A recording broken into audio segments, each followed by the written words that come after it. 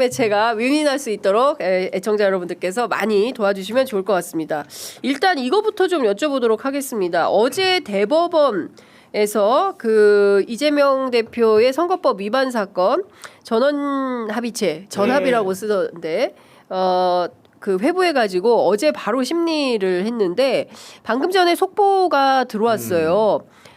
속행을 한다는 겁니다. 네. 속행기일이 24일이에요. 오늘이 23일, 23일. 내일이네. 네. 왜 이럽니까? 대법원 왜 이렇게 스텝을 격하게 밟는 겁니까? 네, 아니, 뭐 불안하게. 원래 이제 조희대 대법관이 633 원칙을 이야기했기 때문에 6월 말 정도로 이제 실제로면 그게 나오는 게 맞긴 맞는데요. 이제 다만 소부보다는 전압으로 하는 게 시간이 조금 더 오래 걸린다라고 하는 게 대체적인 네. 평가이고요. 그래서 전압으로 잡혔다라는 것에 대해서 이게 엄청나게 속도감 있게 무언가 된다라고. 그러니까 아마 사법정의대로 아마 이루어져야 되겠지만 많은 분들이 이제 걱정하시는 것은 그러니까 사법의 영역이 정치의 영역에 뛰어들어서 방해를 할까봐 걱정되는 거잖아요. 그렇죠. 유권자의 선택을 줄여버릴까봐 이제 그런 부분일 텐데 대법원도 아마 그런 부분들을 잘 알고 있는 것으로 알고 있고요. 네. 그래서 어제 이제 MBN 보도가 좀 눈에 띄는데 조희대 대법원장이 이미 윤석열 탄핵 심판 중에 이재명 대표에 대한 재판 중지 관련된 검토에 들어갔다라는 보도가 있거든요. 그러니까 이것이 이제 재판이 진행될 경우에 생길 수 있는 문제점에 대해서도 대법원이 인지하고 있는 것으로 보이고요. 그래서 오히려 지금 이렇게 하고 있다라고 하는 걸 보여줌으로써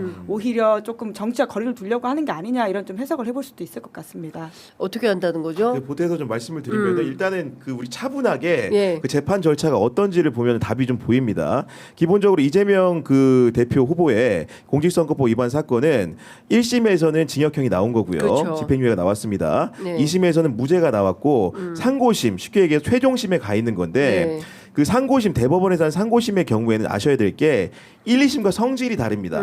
1, 2심 같은 경우는 사실관계의 존부 그렇죠. 여부를 다투는 사실심이라고 한다면은 그 법률적인 적용에 있어서 위법 여부만을 검토하는 법률심의 차원이거든요. 네. 그러니까 사실은 1심과 2심이 판결이 달랐던 것은 김문기를 아느냐 모르느냐의 문제 그리고 백현동 관련된 욕도 변경 과정에서 네. 국토부가 공문을 통해서 압박을 했냐 말았냐의 문제에 대해서 사실관계에 대한 판단이 달랐기 때문에 서로 다른 이제 결과가 나온 것이거든요. 그렇죠. 그런 상황에서 법률심에 가 있는 겁니다. 그렇기 때문에 대법원에서는 1, 2심에 했던 것처럼 뭐 증인을 소환한다거나 이렇게 해가지고 다양하게 존재하는 사실관계를 개개별로 다투는 게 아닙니다.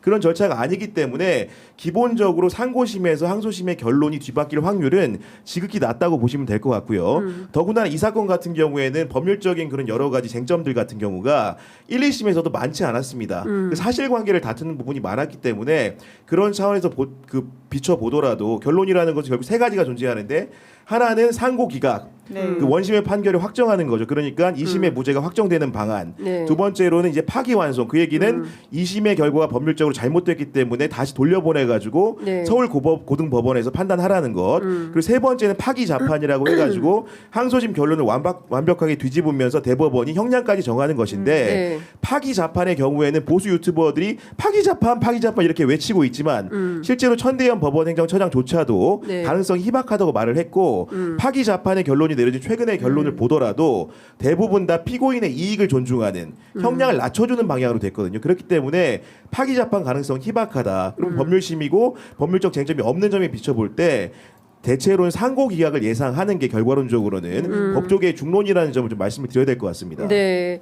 오늘 관련해서 국회 법사위가 오후 2시에 기자회견 네. 하나요? 네, 관련해서 지금 한다라고 기자들 사이에서 돌고 있어가지고 확인을 해봐야 될 것 같은데요. 네. 아마 이에 대한 좀 민주당 측에 대한 고민들이 담겨 있는 것으로 보이고요. 네. 여튼, 그러니까 사실 제가 이 방송에서는 전반적으로 사법에 대한 되게 그 경계심과 네, 걱정들을 맞아요. 많이 했던 편이긴 한데요. 네. 그럼에도 불구하고 이 건에 대해서는 아직은 그렇게 보기엔 조금 어려운 지점들이 있는 것 같다라고 네. 하는 것이고요. 예. 그러니까 적어도 지금 이제 많은 분들이 걱정하시는 게 갑자기 선고가 확정이 네. 돼서 어떤 예. 경우에는 이 피선거권을 박탈당할 수도 있는 게 아니냐라고 하는 걸 텐데요.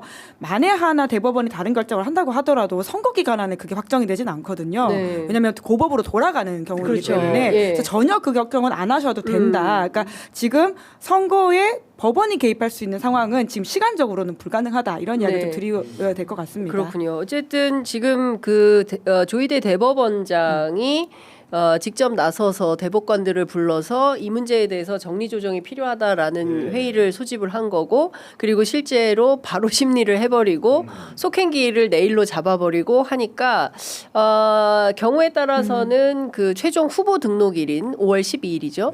네, 이 전에 대법에서 이 사건 관련해서 종결 처리를 하려고 하는 거 아니냐. 이제 앞에 이제 류혁 전 법무부 감찰관께서도 여러 가능성 뭐 취재를 하신 것 같아요. 검찰 출신이라 법원 쪽에 취재를 하셔가지고 말씀을 좀 쭉 주셨는데 이제 최악과 최선의 가능성이 있는데 어쨌든 지금 말씀 주신 대로 그 피선권 날아가서 그렇죠. 네. 그게 날아가서 경우에 대해서 출마가 그런 불가능하거나 상황은, 뭐 이런 혹은 상황 정말 선수로 뛰고 있는 중간에 아웃돼서 아예 후보가 사라질 가능성에 대한 두려움도 있으신 거잖아요. 그렇죠. 예. 그게 사실은 지난번에 세종인가요? 예, 그렇죠. 누구죠? 총선 당시에 소혜정에서 그런 일이 그렇습니다. 있었고 그래서 예. 김종민 의원이 무소속으로 그냥 당선이 돼버린 그죠. 어부지리라는 거죠. 이야기가 있었었죠. 맞습니다. 그러니까 그 가능성도 여전히 살아있기 때문에 어떻게 되는 건가에 대해서는 이제 그 촉각을 곤두세울 수밖에 없겠다라는 생각이 좀 듭니다. 그러니까 사람들이 이런 부분을 걱정을 할 수 있을 것 같아요. 기계적인 해석인 건데 결국은 네. 헌재 같은 경우에도 우리가 재판부의 그 성향 분석을 하면서 어떤 분포를 갖고 있나 따졌는데 사실 지금 우리 14명의 대법관이 있습니다. 대법원장과 13인의 대법관이 있는데 그 천대엽 법원행정처장은 법원 행정실무를 책임지기 때문에 재판에서 빠지기 때문에 13명이 남는 것이고 네. 거기에 더해서 노태학 선관위원장이 쉽게 얘기해 선거를 공정 관리해야 되기 때문에 이 부분에 대해서 회피를 했기 때문에 총 이제 그 12명의 재판관들이 판단을 하게 되는 것이고 재판장은 이제 조희대 대법원장, 주심 같은 경우에 박영재 대법관이 된 건데 결국은 누가 임명했느냐를 따져 보니 문재인 정부 때 임명된 사람은 2명, 그리고 나머지는 윤석열 정부 때 임명된 사람이 10명입니다. 그러니까 이제 그 언론들 같은 경우에는 중도 보수 성향을 가진 사람들이 10명이기 때문에 네. 보수 우위의 재판정에서 혹시나 이재명의 불리한 결정을 할 수 있지 않을까라고 생각을 하는데 다시 한번 누차 강조드리지만은 그 사법부의 판단이라는 것은 그렇게 백지장 뒤집듯이 하는 게 아닙니다. 기본적으로 이제 이 사건이 평균적인 시각을 가지고 접근을 하게 되면은 그 원심을 꺾고 파기환송을 할 가능성보다는 누차 말씀드리지만은 상고기각의 가능성이 높고 그런 의미에서 아마도 심리를 서두르는 것도 결론을 빨리 내린다고 하더라도 이변이 나올 가능성은 확률적으로 희박해 보인다. 그런 말씀 드릴 수 있을 것 같습니다. 네. 그러니까 지금 상황은 자라보고 놀란 가슴 소뚜껑 보고 놀란다고 비상계엄도 너무 상상하지 그럼요. 못했던 상상을 예. 초월한 상황이었고 그리고 나서 뭐 나머지는 이제 여일하게 지나가다가 3월 7일 날 느닷없이 그 구속 취소가 결정되면서 이거는 난데없는 벼락이다. 이제 이런 판단을 하고 설령 그렇다 하더라도 검찰이 안 풀어줄 거다라고 했는데 즉시 항고를 포기하고 그러니까요. 예. 막 돌아다니는 상황이 되고 네. 직위원 재판부가 각종 특혜를 이제 주면서 결국은 이것은 또 다른 차원에서의 공소기각을 염두에 둔 프리하게 내란 수계를 풀어주기 위한 뭐 이런 수순을 밟는 거 아니냐라는 생각들을 국민들이 하시는 가운데 느닷없이 대법원이 나서서 이 사건을 이렇게 속행까지 일정을 잡으면서 속도를 내는 이유가 뭐냐 이제 이거에 대한 걱정. 예민한 예. 예민한 촉들이 또 그렇죠. 발동이 되는 거 네. 아닌가 싶습니다. 그런데 이제 두 분 기자들 이제 취재 내용을 종합을 해볼 때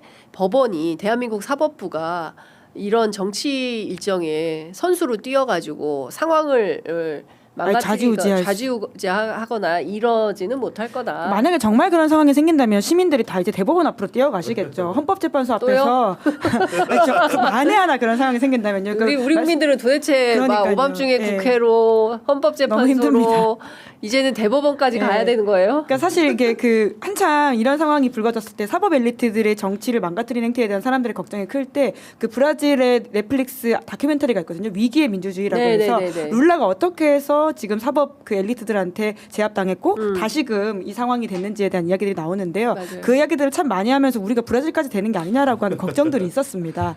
그런데 이제 헌법재판소의 8대 0이라고 하는 아주 상식적인 판결이 나왔고요. 그리고 그 지금에 와서의 이 대세적인 상황에 있어서 소위 말하는 법조 엘리트들이 그 정도 간이 지금 셀 수 있는 만큼의 상황이 아니게 되었다라고 하는 것도 좀 지켜봐야 될 포인트인 것 같습니다.